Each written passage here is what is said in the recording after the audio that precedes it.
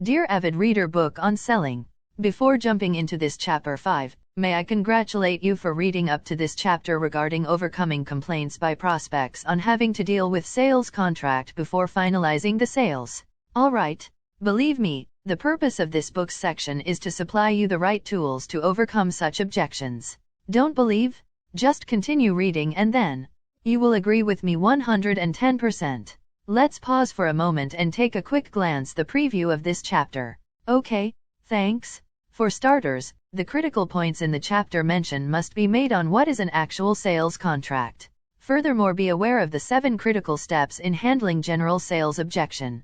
Then there are some other specific objections that has to be noted, such as written sales contract itself. Additionally, objections involved the prospect do not want to have to sign any contract at all.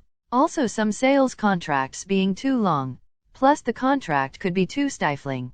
Lastly, prospect do not want to have to sign a written contract but prefer a verbal agreement.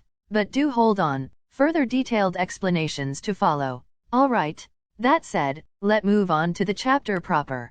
Any problem? I guess not. Here goes. Chapter 5, Handling Sales Contract Objections in a Sales Interview. First and foremost, let's honestly ask ourselves this searching question. What is a sales contract? To answer this question, it is simply a sale of goods contract, a sales agreement, or a purchase agreement. Normally the sales contract which outlines the terms of a transaction between two parties, the buyer and the seller. In other words, it is a valid sales contract that is a legally binding document between a buyer and seller. The document includes the details of the exchange, the terms of sale, clearly defined product or service descriptions, and more. A good sales contract should leave no doubt in either party's mind about their rights and obligations during a transaction. Believe me, this chapter would be incomplete if nothing is made of the 7 steps. Basically, it demands the sales professional to observe the ideas, to practice active listening, then repeat back what you hear, after which validate the prospect's concerns. If necessary, do ask follow-up questions. Be aware that the salesman should leverage social proof. If needed, do set a specific date and time to follow up. Lastly, remember to anticipate sales objections even before the interview. Agree or not? In case you don't know, here are 4 common objections concerning sales contracts. Firstly, there is the objection of I do not want to have to sign a contract. Most prospects who use this sales objection are already convinced about the product/service but are concerned about contract terms, cash flows, or the company budget. Then you ask, how to solve? Easy, just reopen negotiations of the contract agreement. If your contract is an annual commitment, determine if you can offer a quarterly or monthly payment plan. Following, secondly, the contract is too long. If your product or service depends on a contract, your prospect may argue that the terms of the contract are too long. This is a simple objection. You may be able to win them over with shorter or more flexible terms. Thirdly, the contract is too stifling. Other terms of the contract may also influence an objection. Consider renegotiating the terms if you want to win the sale. A common risk is the length of the contract. If you can shorten it or add more flexibility, you may appease the potential buyer. For example, suppose you are having a longer version of signing up.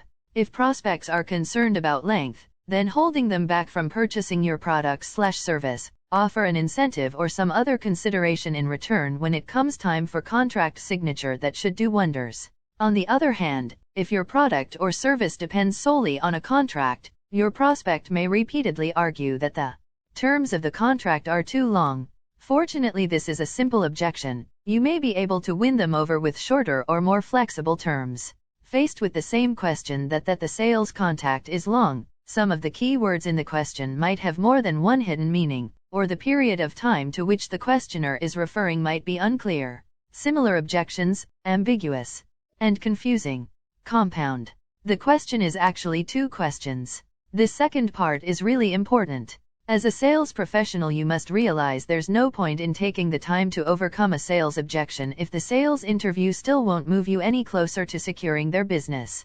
Remember that some prospects are simply never going to buy, in which case it's not an objection, it's a brush off. Fourthly, I do not want to have to sign a contract at all. Most prospects who use this sales objection are already convinced about buying the product/service but are really concerned about contract's terms, cash flows, or the company budget.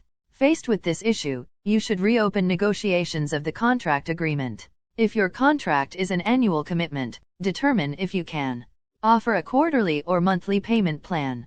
All in all, this chapter on handling objections to sales contract is a case that forces us to open our eyes wide open.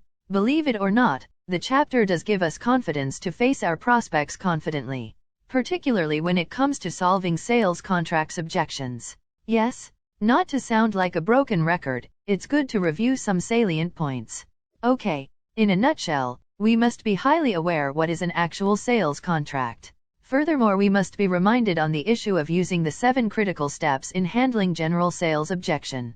Also the nitty-gritty of the written sales contract itself. As said, there are other serious objections raised by the prospect. It includes matter of the buyer not wanting to have to sign any contract at all. Another stumbling block is that the sales contract is too lengthy. Additionally, the contract could be too cumbersome. Last but not the least, prospects do not want to have to sign a written sales contract. They prefer a verbal sales agreement. Believable? You bet? Make no mistakes, as an avid reader of this book's chapter, you must capitalize on the facts and figures so that you are armed adequately to face such kinds of sales contract objections. Agree or not? My parting words is best said by Samuel Johnson. He was an English writer who made lasting contributions as a poet, playwright, essayist, moralist, critic, biographer, editor, and lexicographer. He says, "Nothing will ever be attempted if all possible objections must first be overcome." End of chapter 5. PS. Come to think of it, we know if it is a lengthy chapter, yet we want to congratulate you for watching and reading this chapter completely. Additionally, we are eager to know which part of handling sales contracts chapter's objection you learned most. Your feedbacks are critical so that we can help each other grow effectively. Lest you forget, these writing will continue in YouTube, Facebook, LinkedIn, and of course, in our author, trainer, and consultant's email, josephsfn@gmail.com, upon request. Alright, thank you. We hope to meet you in the next chapter. Goodbye and happy reading.